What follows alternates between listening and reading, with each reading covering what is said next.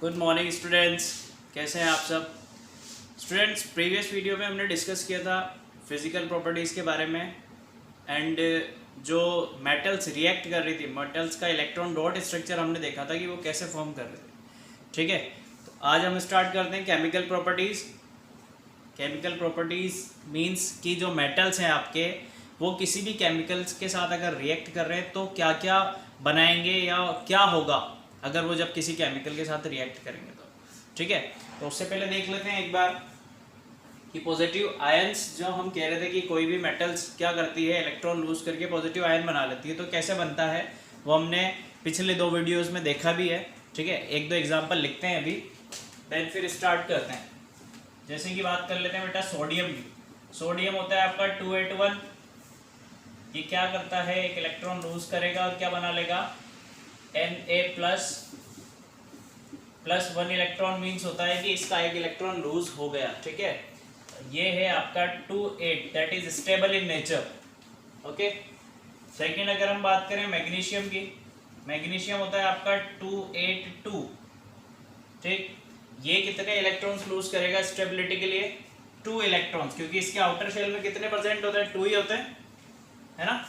तो ये क्या बना लेगा, Mg2+। जितने इलेक्ट्रॉन्स मेटल लूज करती है उतना ही पॉजिटिव चार्ज उन पे आता है।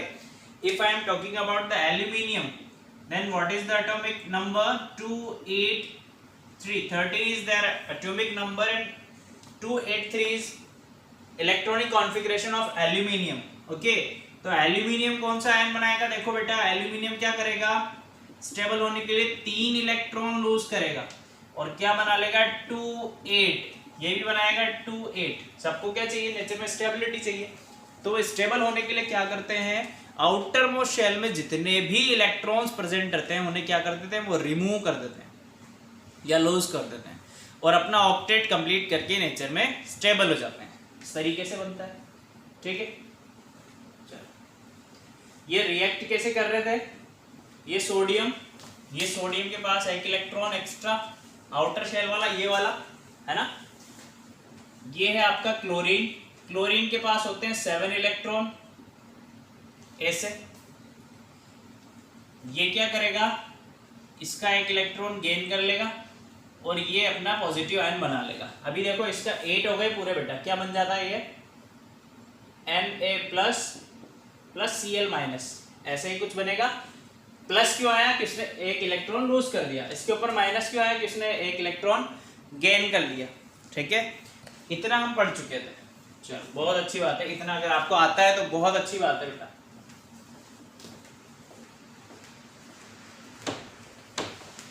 अब बात कर लेते हैं केमिकल प्रॉपर्टीज के बारे में। सो फर्स्ट अगर हम देखते हैं बेटा कि कोई भी मेटल फर्स्टली क्या कर रही है, किसी भी ऑक्सीजन के साथ रिएक्ट करेगी तो क्या होगा, है ना। तो 1 बाय 1 देखते हैं। First reaction of metal with oxygen, है ना। हम पहले चुके हैं, कुछ लिखना नहीं है, हम सिर्फ क्या कर रहे हैं, रिवाइज कर रहे हैं एक बार, ताकि हमने जो पढ़ा है वो हमें पता हो जाए।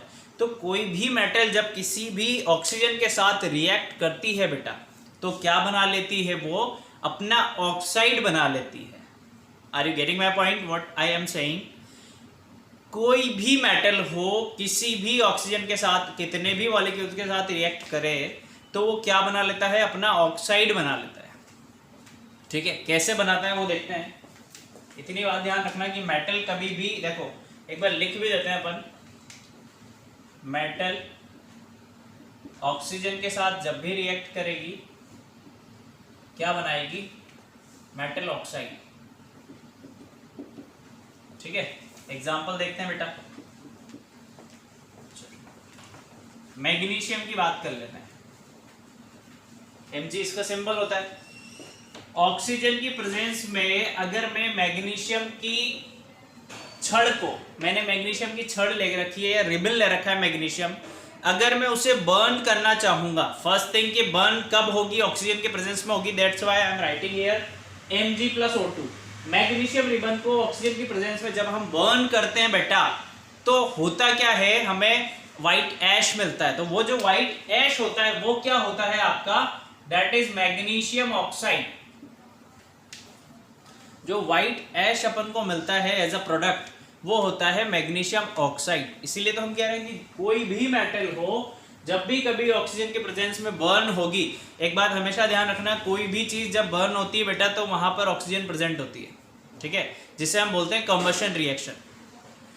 कोई भी मेटल जब कभी ऑक्सीजन की प्रेजेंस में बर्न हो या फिर ऑक्सीजन से रिएक्ट करेगी, तो ऑलवेज क्या फॉर्म करेगी बेटा, अपना ऑक्साइड फॉर्म कर लेगी, करस्पॉन्डिंग ऑक्साइड। जैसे मैग्नीशियम ने रिएक्ट किया तो मैग्नीशियम ऑक्साइड, एल्यूमिनियम ने रिएक्ट किया तो एल्यूमिनियम ऑक्साइड, ठीक, ये इसका ऑक्साइड बन गया। और देखते हैं, एल्यूमिनियम देख लेते हैं। एल्यूमिनियम अगर रिएक्ट करेगा क्या बना लेगा, Al2O3, ठीक है ना, बैलेंस करना आना चाहिए भाई।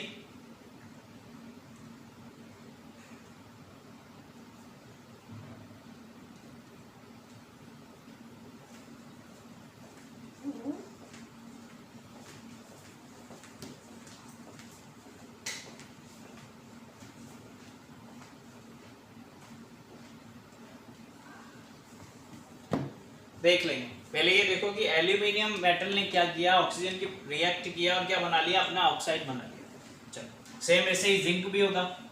जिंक को अगर आप रिएक्ट करा रहे हो तो वही बनेगा बेटा, है ना,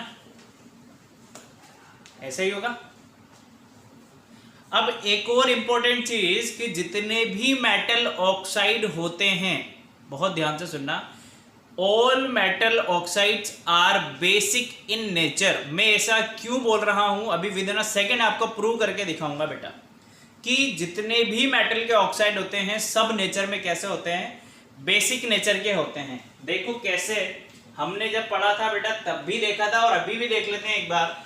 मैं यही ले लेता हूं, मैंने बोला कि कोई भी मेटल का ऑक्साइड इन नेचर में ऑलवेज कैसा होगा, बेसिक होगा। कैसे होगा, देखो ये मेरे पास मैग्नीशियम ऑक्साइड, मैंने मैग्नीशियम ऑक्साइड को क्या किया, वाटर में डिप कर दिया बेटा। जैसे ही मैं वाटर में मिक्स करूंगा मुझे क्या मिलेगा, सॉरी हमने सल्फ्यूरिक एसिड लिख दिया, वाटर नहीं लिखा ना। जैसे ही हम वाटर में डिप करेंगे हमें हमेशा क्या मिल जाएगा बेटा, हमेशा हमें मिलेगा हाइड्रोक्साइड, हमेशा। जब भी कोई मेटल ऑक्साइड वाटर में डिप करोगे आप तो always you will get hydroxide and साथ में क्या मिल जाएगी आपको, हाइड्रोजन गैस। ध्यान रखना, कभी भी कोई भी मेटल ऑक्साइड, इसीलिए हम कह रहे हैं कि जितने भी मेटल ऑक्साइड्स होते हैं नेचर में सब कैसे होते हैं, बेसिक नेचर के होते हैं। क्यों, क्योंकि जैसे ही आप पानी में उसे डिसॉल्व करोगे बेटा वो हमेशा हाइड्रोक्साइड फॉर्म करेगा, और हाइड्रोक्साइड फॉर्म कर रहा है मींस क्या फॉर्म कर रहा है, वो base. That's why we are saying here that all the metal oxides are basic in nature. Clear है, फर्स्ट प्रॉपर्टी समझ में आई ना, ओके। चलो सेकंड प्रॉपर्टी देखते हैं अपन।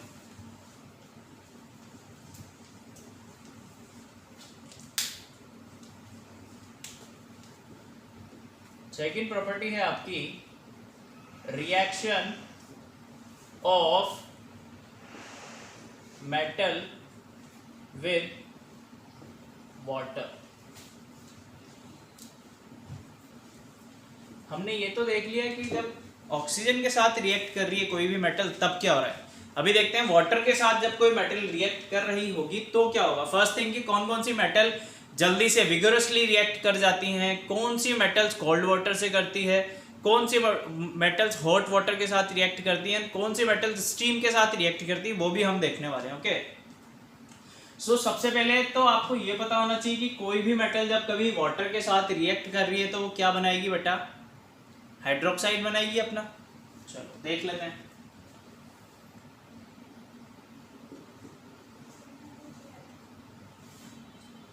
सबसे पहले हम ले लेते हैं सोडियम। सोडियम अब क्या कर रहा है, वाटर के साथ रिएक्ट कर रहा है। सोडियम और पोटेशियम को जैसे ही आप वाटर में डिप करोगे तो वो फ्लोटिंग करते हैं, यानी ऊपरी सतह पर आ जाते हैं इजीली, है ना। इसलिए हम बोलते हैं कि सोडियम और पोटेशियम बहुत ज़्यादा रिएक्टिव मेटल होती हैं, इसलिए हम उन्हें कैरोसिन में डिप करके रखते हैं बेटा, कभी भी खुला नहीं छोड़ते हैं। तो ये क्या बना लेगा, अपना हाइड्रोक्साइड बना लेगा, है ना, और हाइड्रोजन गैस रिलीज कर देगा।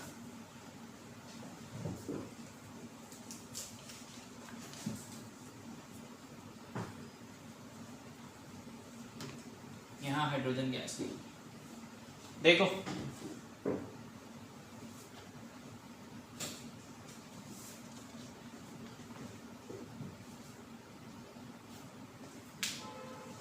ये है बेटा आपका कोल्ड वाटर,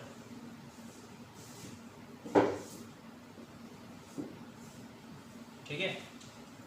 अब बात कर लेते हैं पोटेशियम की। तो पोटेशियम भी क्या करेगा, आपका इजीली हाइड्रोक्साइड फॉर्म कर देगा एंड हाइड्रोजन गैस यहां से भी रिलीज हो जाएगी।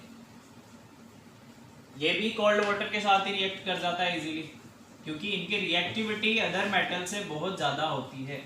अब बात कर लेते हैं कौन सी मेटल कोल्ड वाटर के साथ रिएक्ट नहीं करती। If I am talking about the magnesium, magnesium metal क्या करती है बेटा, कोल्ड वाटर के साथ रिएक्ट नहीं करती, उसके लिए हमें चाहिए होता है हॉट वाटर।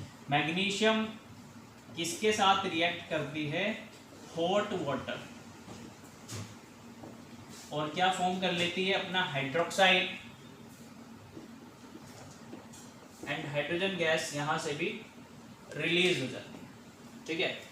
अब कौन सी मेटल्स हॉट वाटर के साथ भी रिएक्ट नहीं करती हैं, तो आयरन एंड जिंक जो आपकी मेटल है बेटा, वो स्टीम के साथ रिएक्ट करती है। नंबर दे देते हैं ना, 1 2 3। जिंक देख लेते हैं, ये है आपका स्टीम, है ना।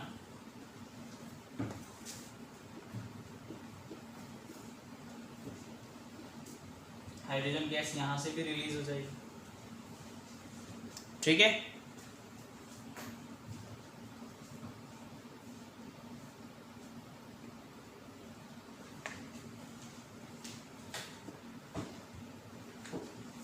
चलो आयरन देखते हैं।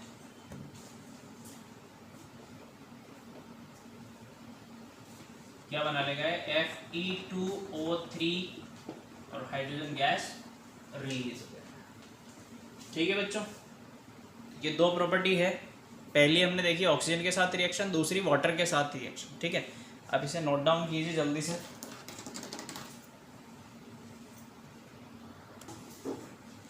चलो नेक्स्ट है बेटा, देखो जब कोई मेटल किसी एसिड के साथ रिएक्ट कर रही है तब क्या होगा, एंड हमने एक और लिखी है कि जब कोई मेटल बेस के साथ रिएक्ट करेगी तब क्या होगा, ठीक है। देखते हैं, कोई भी मेटल ले लीजिए, लेट सपोज मैंने यहाँ पर सोडियम ले लिया। Sodium metal